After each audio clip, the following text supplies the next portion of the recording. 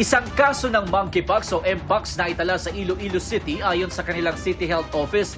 Walang travel history ang pasyente at hindi pa raw tukoy kung locally transmitted ito. Mambala naton nga damo man foreigners nagakadto diri sa aton kun diin nga known gid nga may mpox sila. Kinahanglan naton ma-find ana yung index case. That's why we are very careful in saying kun diin kag ano ila mga details. Naka-isolate na ang pasyente pati 4 pang suspected cases. Patuloy silang ginagamot pero nasa mabuti ng kalagayan.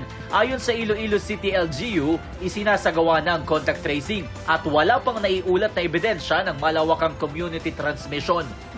Halfway houses planong itayo ng Bureau of Corrections sa lahat ng bilangguan at penal farms sa bansa.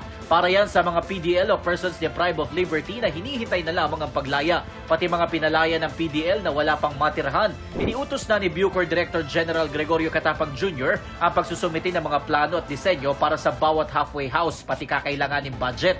Magtatakda rin muna ng mga lugar kung saan mananatili ang mga i-release na PDL habang hindi pa tapos ang mga halfway house. Magkakaroon din ng counseling sessions, orientation activities, interviews at short courses para sa mga PDL sa mga halfway house.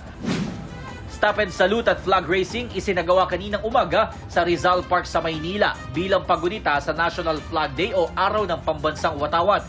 Pinangunahan ito ng National Parks Development Committee, Salute to a Clean Flag Movement at iba pang ahensya ng gobyerno. Dumalo rin ang ilang kilalang Filipino global artists. Ayon sa Salute to a Clean Flag Movement, nagsagawa rin ng flag raising ceremony ang mahigit 1,000 pribadong gusali at establishmento sa bansa. Layunin ng pagdiriwang na maipaalala sa bawat Pilipino ang responsibilidad sa bayan at pagmamahal sa watawat ng Pilipinas. Para sa GMA Integrated News, ako si Jomer Apresto, ang inyong saksi. Mga kapuso, maging una sa saksi.